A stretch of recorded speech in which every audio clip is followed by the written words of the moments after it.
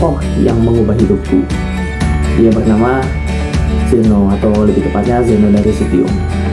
Zeno sendiri hanyalah seorang pedagang yang kehilangan segalanya saat mengunjungi kota Athens. Dan setelah kehilangan segalanya, dia mulai membaca buku tentang Socrates, yaitu filsuf terkenal. Setelah itu dia mulai mengajari orang-orang di sekitarnya tentang kebajikan, kontrol diri, dan toleransi yang dia namakan Stoikisme. Stoikisme sendiri ini mengajari aku kalau apa-apa pasti ada alasan.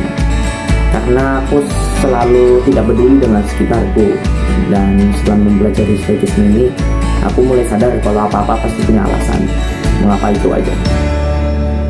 Yang kedua, ada kontrol diri. Aku sadar kalau diriku tuh memang kadang apa-apa tuh nggak tahan, kayak makan berlebihan gitu, dan membuat aku sakit perut. Dan kontrol diri ini membantuku untuk menahan itu. Keadilan dalam hidup aku kadang memperlakukan semuanya tuh tidak adil, dan aku harus sadar kalau apa-apanya pasti ada manfaatnya gitu dan sesuai porsinya. Dan keberanian, aku sadar kalau diri aku tuh kurang berani dalam melakukan sesuatu, dan aku tuh harus berani kalau aku mau itu, jadi aku harus berani. Setelah lulus SMA, Maudy Ayunda ini ingin melanjutkan pendidikannya ke jenjang yang lebih tinggi. Dan ini yang membuat masyarakat Indonesia heboh nih. Karena apa? Karena Maudy Ayunda diterima di 2 universitas ternama di dunia. Yaitu yang pertama ada Oxford University, dan yang kedua ada Columbia University. Maudy Ayunda ini mengambil jurusan Filosofi Politik Ekonomi. Dia lulus dengan gelar Cum Laude. Kalian tahu hanya 3 tahun pendidikan di sana. Setelah lulus dari Oxford University, Maudy Ayunda ini melanjutkan pendidikannya lagi loh di Stanford University.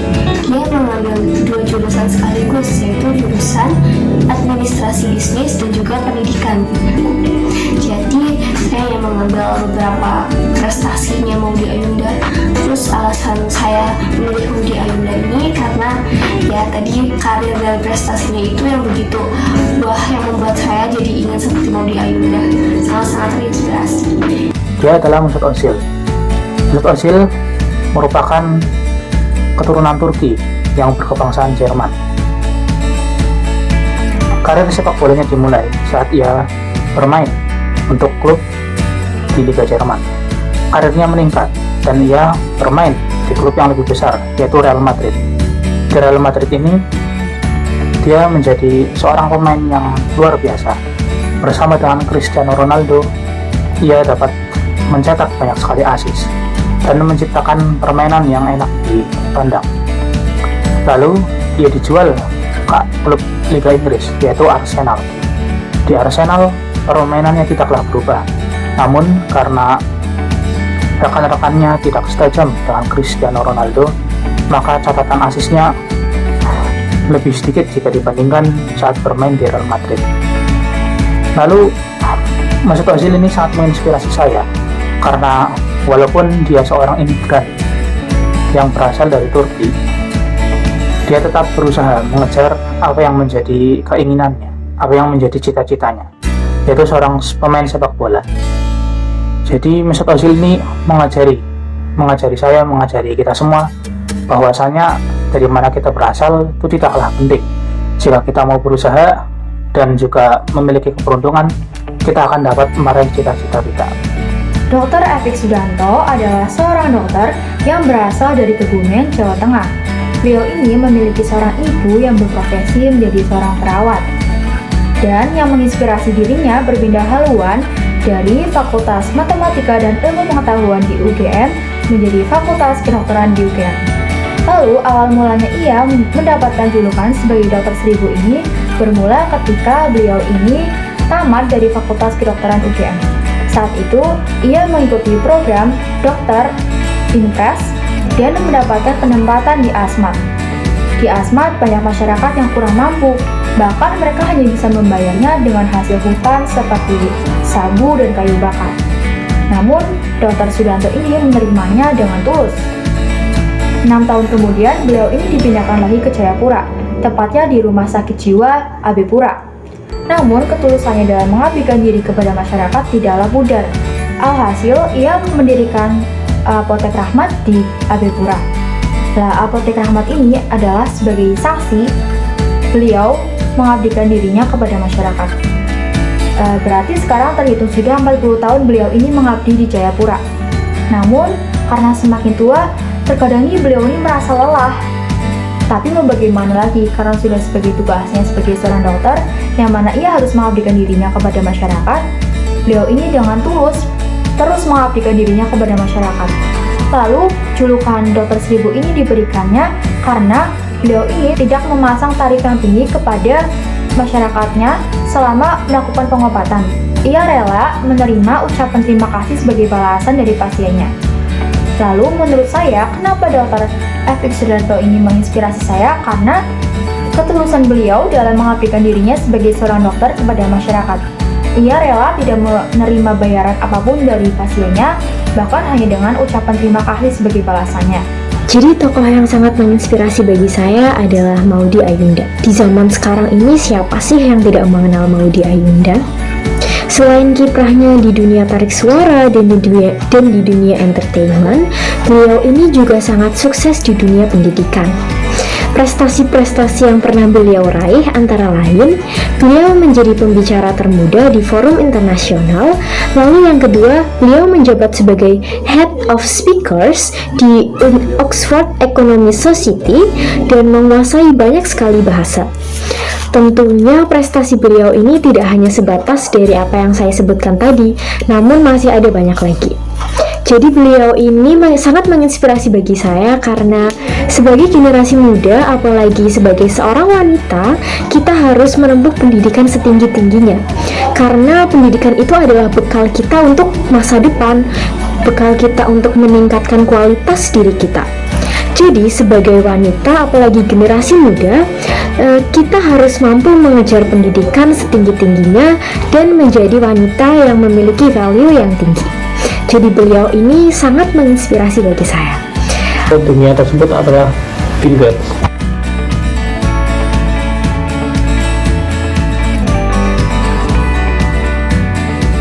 Untuk menuju kesuksesan adalah yang pertama kecepatan, yang kedua berpikir jangka panjang, yang ketiga memiliki inovasi dan kreativitas, dan yang keempat selalu mengembangkan bakat dalam diri sendiri.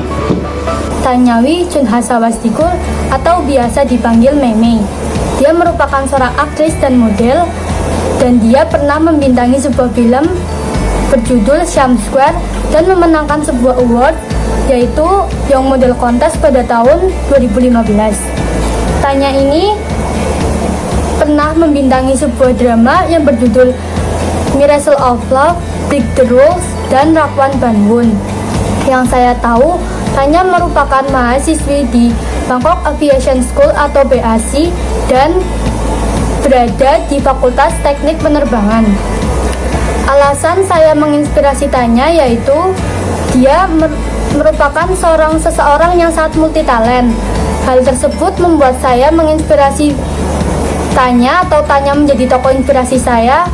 Karena dari Tanya, saya berani mencoba hal-hal yang baru. Seperti yang kita tahu, Lady Diana ini adalah seseorang bangsawan dengan icon fashion yang dikenang sebagai icon fashion dan anggota kerajaan yang tidak konvensional.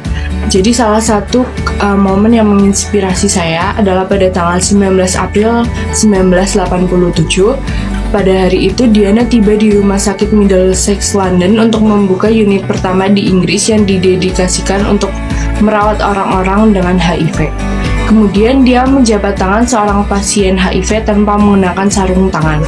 Hal tersebut mungkin tampak tidak luar biasa, karena kita tahu bahwa HIV adalah virus yang tidak dapat ditularkan melalui jabat tangan. Namun, hal tersebut berbeda dengan puluhan tahun lalu saat stigma negatif tentang penderita HIV masih sangat merajalela. Tak sedikit penderita HIV yang dijauhi karena ketidaktahuan masyarakat mengenai cara penularannya.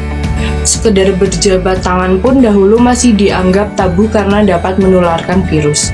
ketika Putri Diana menjabat tangan seorang HIV yang tidak dikenal, dia menggunakan platform publiknya itu untuk menantang ketakutan irasional itu. Jika seorang bangsawan diizinkan untuk berjabat tangan dengan pasien HIV, seseorang di halte bus atau supermarket pun bisa melakukan hal yang sama, ucap Diana. Bukan tanpa alasan Putri Diana mendapatkan julukan Putri Rakyat. Dalam hidupnya, dia adalah seorang presiden atau patron lebih dari 100 badan amal berbeda yang bekerja di berbagai masalah penting. Salah satu tokoh inspirasi dalam hidup saya yaitu bernama Jun Soyeon atau Suyeon. Jun Soyeon ini merupakan wanita kebangsaan Korea Selatan yang lahir 26 Agustus 1998. Ia merupakan seorang penyanyi, rapper, penulis lirik, komposer, arranger musik, dan produser rekaman di bawah naungan Cube Entertainment. Ia juga merupakan leader dari grup ternama Korea Selatan yaitu G-Idol. Selain menjadi leader dalam grup itu, ia menjadi produser serta direktur utama. Ia juga menulis lirik lagu tidak hanya untuk dirinya sendiri atau grupnya yang ia pimpin, ia juga menyumbangkan beberapa lagunya untuk beberapa penyanyi di Korea Selatan. Nama Suyeon sendiri telah terdaftar dalam top 100 penulis lagu yang tercatat di Korean Music Copyright Association. Itu sendiri membuat namanya menjadi terkenal dan menjadi wanita termuda di dunia musik K-pop yang mampu menciptakan lagu-lagunya sendiri. Nah, alasan saya sendiri memilih sosoknya ini karena ia dapat menghasilkan bermacam-macam karya dari hal yang dia sukai serta sangat mengejar cita-citanya tersebut sedari kecil hingga saat ini.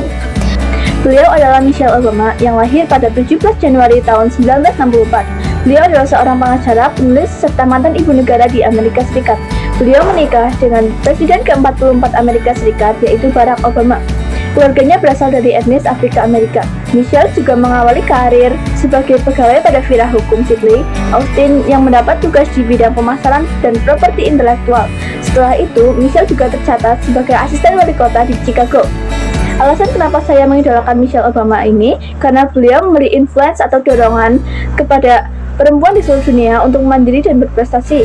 Michelle Obama dikenal juga sebagai ikon populer. Beliau juga mendorong perempuan dengan kata "There is no limit what we as women can accomplish." Salah satu tokoh yang menginspirasi saya yaitu Prilly Latuconsina. Nah, di zaman sekarang ini, siapa sih yang nggak tahu Prilly?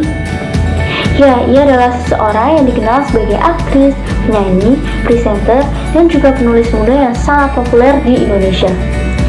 Ternyata, Prilly sudah memulai karirnya sejak ia berusia 12 tahun di salah satu program TV yaitu Si Bolang Bocah Tualang.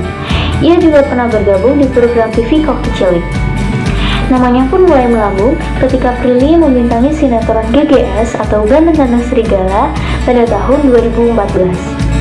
Nah, di tahun 2016, Prilly mulai terjun di dunia perfilman sebagai pemeran utama, yaitu dengan judul film Hangout. Dan pada tahun 2017, Prilly kembali membintangi sebuah film horor yaitu Danmur, dan film tersebut berhasil meraih penghargaan rekor muri dengan jumlah penonton terbanyak selama 6 hari. Nah, selain di bidang perfilman, Prilly juga bergabung di bidang tarik suara dengan lagu pertamanya yaitu berjudul Fall in Love. Pada tahun 2014 sampai dengan 2016, Prilly juga dipercaya untuk menjadi host di salah satu acara TV, yaitu acara Musik Inbox SCTV, dan ia juga berhasil mendapat penghargaan. Nah, tak hanya penghargaan nasional saja yang pernah Prilly dapatkan, melainkan juga penghargaan internasional, seperti dalam acara Web TV Asia Awards pada tahun 2016 di Korea Selatan untuk kategori People's Choice. Prilly menempuh pendidikannya di bangku perguruan tinggi di London School of Public Relations dengan jurusan Public Relations, Fakultas Ilmu Komunikasi. Selama perjalanan kuliahnya, tidak gampang loh ia lewati. Ia juga kadang menangis dan merasa lelah karena harus bekerja sambil kuliah. Namun berkat usaha dan kerja kerasnya, Prilly berhasil menyelesaikan kuliahnya selama 3,5 tahun dan meraih predikat cum laude dengan gelar Best of the Best Graduate. Nah, saat ini Prilly dikabarkan sedang melanjutkan S2-nya dan menjadi dosen praktisi di salah satu universitas ternama di Indonesia, yaitu Universitas Gadjah Mada.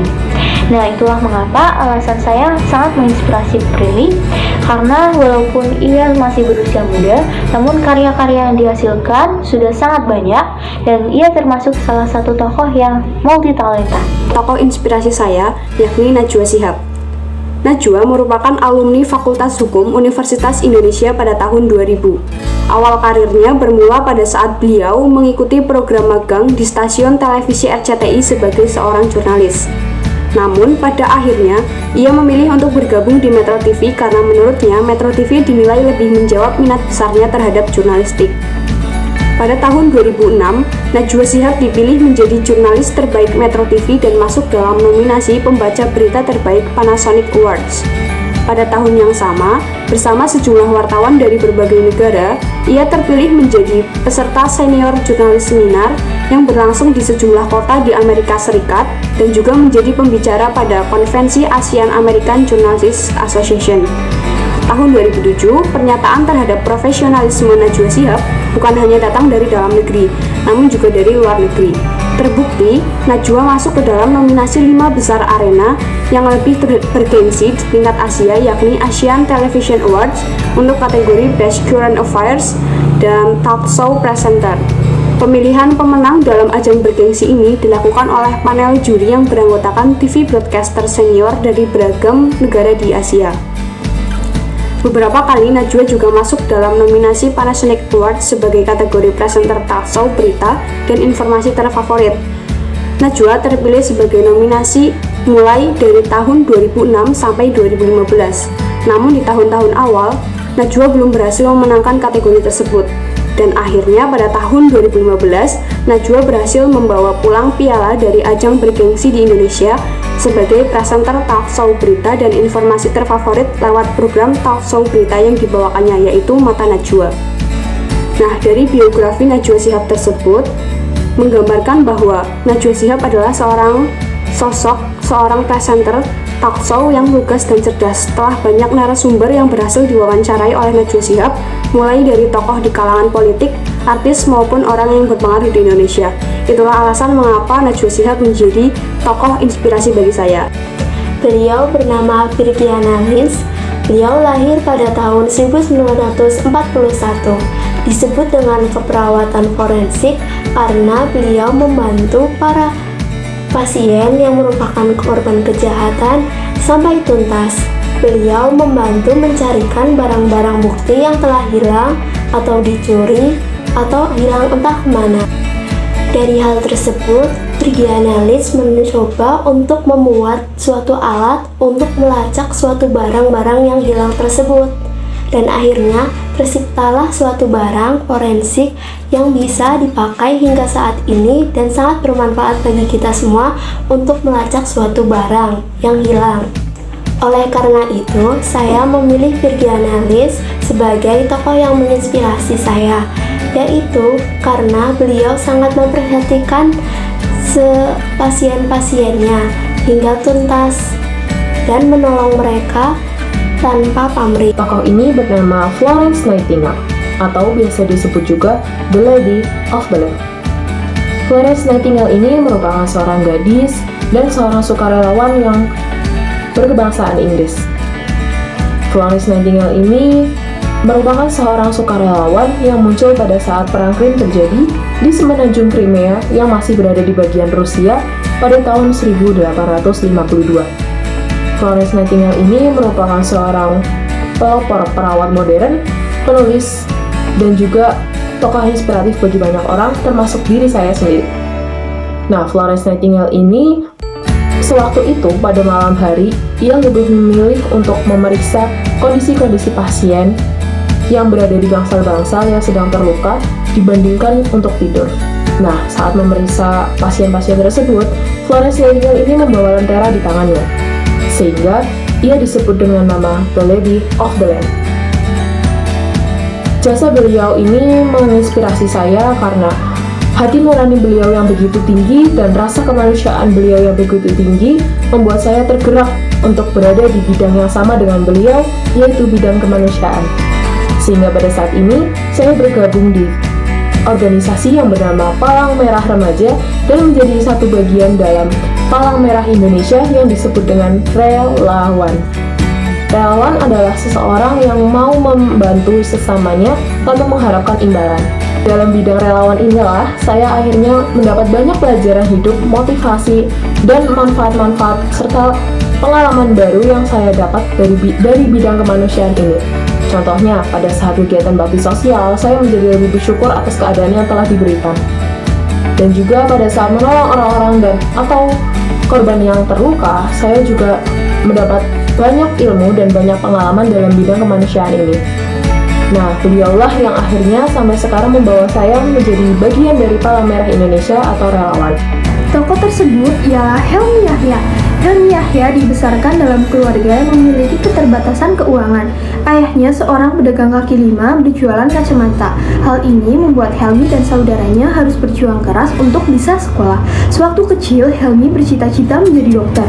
Tapi karena dirasa kuliah kedokteran membutuhkan biaya yang sangat mahal dan pasti orang tuanya tidak akan mampu untuk membiayai, akhirnya ia mengubur cita-cita kuliah tersebut. Kesadaran Helmi dengan keterbatasan finansial orang tuanya membuatnya berpikir keras bagaimana untuk bisa tetap mengenyam pendidikan. Ia berpikir bahwa salah satu cara yang harus dilakukan yaitu dengan menjadi anak berprestasi. Dari tekad tersebut, Helmi rajin mengikuti lomba dari tingkat SD, SMP, hingga SMA, mulai dari lomba puisi, cerdas cermat, dan lainnya. Ternyata, karena sering mengikuti lomba dan jadi juara, Helmi Yahya tidak mendapatkan hadiah uang saja, tapi juga masuk ke dalam top 5 ranking nasional saat kelulusan SMA. Hal ini lantas membuat Helmi Yahya ditawari free pass oleh banyak perguruan tinggi, salah satunya Fakultas Kedokteran Universitas Sriwijaya. Tapi hal tersebut ditolaknya karena ia sudah mengubur cita-citanya tersebut. Akhirnya, Helmi menerima tawaran program Perintis 2, sebuah program masuk Universitas Negeri tanpa tes dan diterima di IPB. Namun, ia keluar dari IPB karena tidak mampu menanggung biaya karena biaya yang ditanggung pemerintah hanya biaya pendidikan saja. Akhirnya, dia beralih ke STAN, kuliah yang benar-benar gratis. Ia tidak hanya menikmati pendidikan gratis, tapi juga rapelan gaji karena mahasiswa tingkat kedua STAN sudah diangkat menjadi calon pegawai. Pendidikan di STAN berjalan hingga ia lulus diploma 3 di tahun 1984 dan didaulat sebagai lulusan terbaik. Tak puas dengan keberhasilannya, Helmi melanjutkan pendidikan hingga jenjang diploma 4 dan lulus di tahun 1990 sebagai lulusan terbaik. Menyelesaikan pendidikan dengan baik dan berprestasi dari STAN, Helmi Yahya mendapatkan beasiswa dari Bank Dunia untuk melanjutkan pendidikan Master of Professional Accounting di University of Miami, Florida, Amerika Serikat. Ia berhasil menyelesaikan pendidikan magister tersebut dengan baik dan lulus di tahun 1992. Setelah menyelesaikan kuliah di Amerika Serikat, Helmi kembali ke Indonesia dan mengarahkan karirnya ke dunia industri televisi. Dengan kemampuan kreatif yang dimilikinya, Helmi percaya untuk bekerja di Anis Sumadi Production untuk memproduksi kuis taktik boom sebagai floor director dan juga pembuat soal. Nah, dari sinilah beliau dijuluki sebagai Raja Kuis Indonesia. Di sini saya akan menceritakan salah satu tokoh yang menginspirasi saya. Dan tokoh tersebut adalah Lady Diana. Lady Diana ini dikenal sebagai putri rakyat yang dimana meskipun beliau telah tiada, sosoknya terus menjadi inspirasi banyak orang selama lebih dari 2 dekade. Alasan saya sendiri menjadikan beliau sebagai tokoh inspirasi itu karena beberapa hal, yang diantaranya adalah karena beliau merupakan orang yang dermawan. Sebagai Princess of Wales, Putri Diana mengabdikan dirinya untuk pekerjaan amal. Awalnya beliau fokus pada isu yang berkaitan dengan kesejahteraan anak-anak, kemudian menaruh minat yang besar pada masalah kesehatan. Dan beliau juga merupakan sosok yang berhasil mengubah stigma masyarakat mengenai HIV/AIDS. Pada tahun 1987, Princess Diana mengunjungi rumah sakit Middlesex dan berjabat tangan dengan pasien HIV yang positif. Pada saat itu bersentuhan dengan orang dengan HIV/AIDS dianggap menantang karena kepercayaan masyarakat luas bahwa penyakit ini dapat ditularkan melalui sentuhan. Namun dengan aksinya, Princess Diana berhasil membuktikan kepada khalayak masyarakat bahwa persentuhan dengan orang dengan HIV/AIDS tidaklah berbahaya dan dapat menularkan penyakit. Setelah kematiannya, Gavin Hart dari National AIDS Trust mengatakan kepada BBC, "Menurut pendapat kami, Diana adalah duta terkemuka untuk kesadaran AIDS di planet ini dan tidak ada yang bisa menggantikannya dalam hal pekerjaan yang dia lakukan." Kemudian, hal lain yang menginspirasi saya yaitu karena beliau merupakan sosok yang baik dan penyayang, yang terbukti dari bagaimana beliau berinteraksi dengan orang-orang di sekitarnya dan bagaimana ia menyayangi anak-anaknya. Dan saya harap di kemudian hari, saya akan dapat mengimplementasikan hal-hal baik yang saya pelajari dari Princess Diana ini sendiri.